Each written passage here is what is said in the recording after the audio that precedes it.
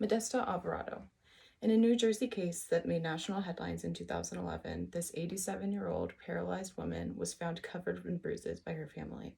After her family became increasingly suspicious, they set up a hidden nanny cam in her room at a North Bergen nursing home and found that a nursing aide had been beating her, striking her in the head multiple times, and violently removing her oxygen mask, as stated in an article written by Michelangelo Conte in 2011, posted in the Jersey Journal.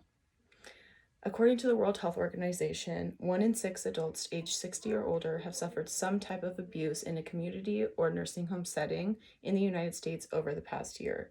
This is a tragic but common reality in nursing homes across the country, and it's very likely that it could happen to your loved one.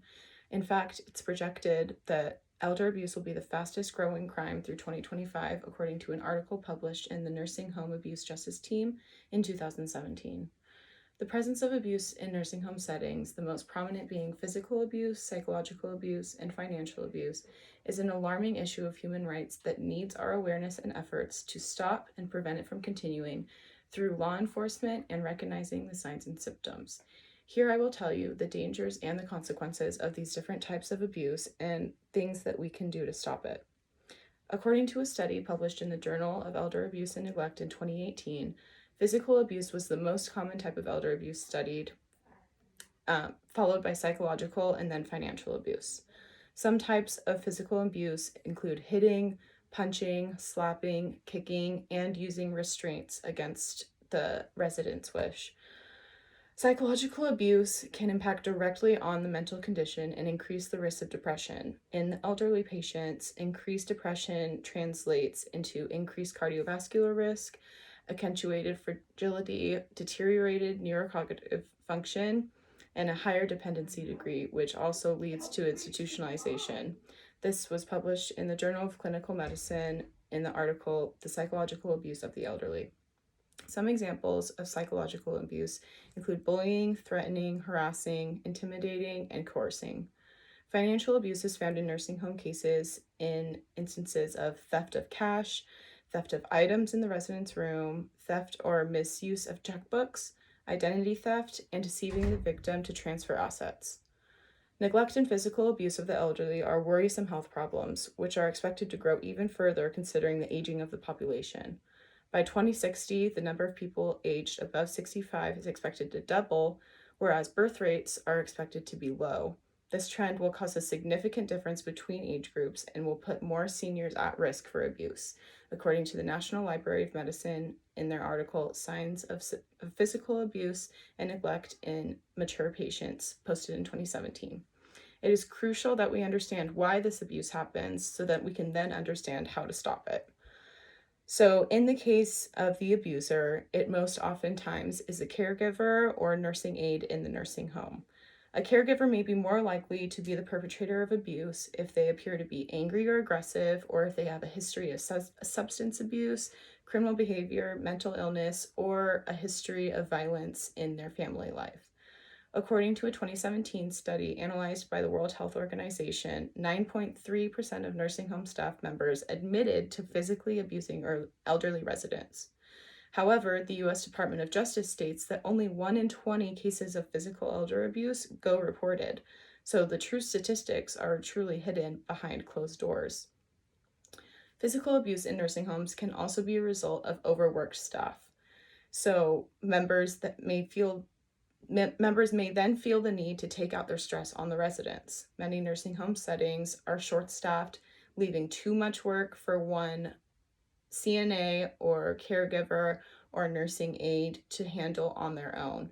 This then results in feeling burnt out and overworked. For example, when I worked as a certified nursing assistant in a nursing home, the goal was to have 9 patients a day to each CNA. 9 patients that may be 100% dependent of care and may all need your help at the same time. This can obviously be a very difficult situation to work in, and most often we would have 11 to 12 patients. The World Health Organization also stated this year that the social isolation of caregivers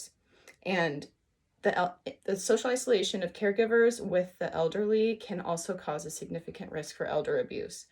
If a caregiver or a nursing home staff is alone with a patient for a long period of time, abuse is more likely to happen than if someone was coming in and out of the room or even out of the hallway. This isolation might give the abuser the sense of security and feeling that no one will know of the abuse if no one can see or hear it.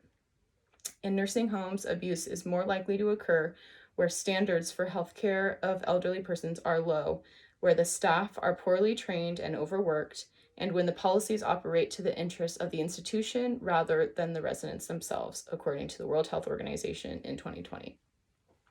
While there is no excuse for any kind of abuse in nursing homes, it doesn't change that it does exist, and we need to learn what we don't know in order to prevent this abuse from happening to your loved ones and mine. There have been many efforts by local and state governments and many laws that have been passed and regulations to help protect elderly in nursing home settings.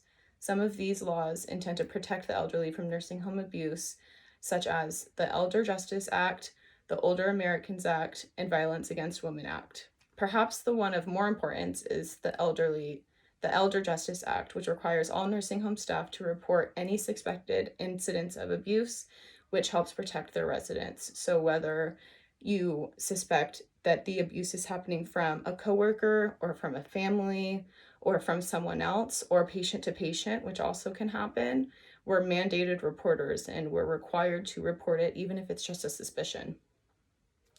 On the international scale, organizations like the World Health Organization and the International Network for Prevention of Elder Abuse have made serious efforts to raise awareness of elder abuse and ways to stop it, as well as prevent it from happening again. However, it's clear that these regulations and laws are not enough. Nursing home abuse continues to rise, and there are changes that need to be made to further protect our elders from abuse. Some revisions that could be made to these regulations include a greater focus on addressing a resident's individual needs. A nursing home needs to learn more about each individual resident. That way, they can make individual care plans that are centered around each resident rather than as a whole nursing home. It's also necessary to improve staff training in nursing homes. Staff that are working with residents that have dementia and other mental health disorders, they need to be trained on how to handle these inevitable, difficult situations because they do happen.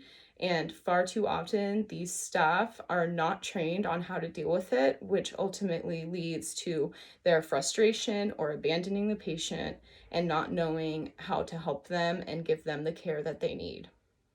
According to the State of California Department of Aging in 2019, signs that your loved one might be experiencing abuse include unexplained bruises or injuries, changes in thinking or increased confusion, hesitation to talk openly, and lacking necessities such as food and water.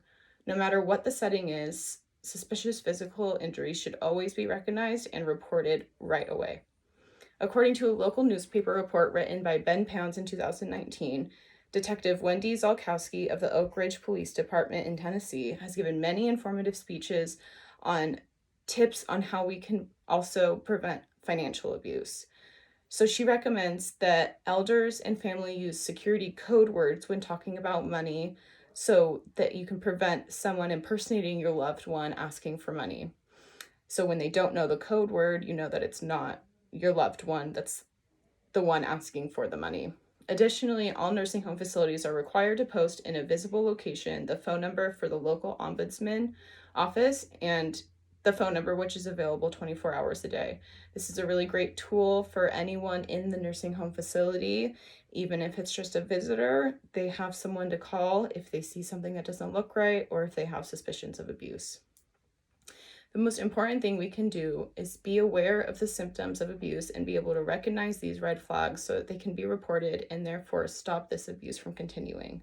You know your loved one best, and you can tell when something feels off or when something does not feel right. Follow your intuition and don't hesitate to ask for help in the fight against nursing home abuse. The presence of abuse in nursing homes is especially prevalent in areas of physical abuse, emotional abuse and psychological abuse, and financial abuse.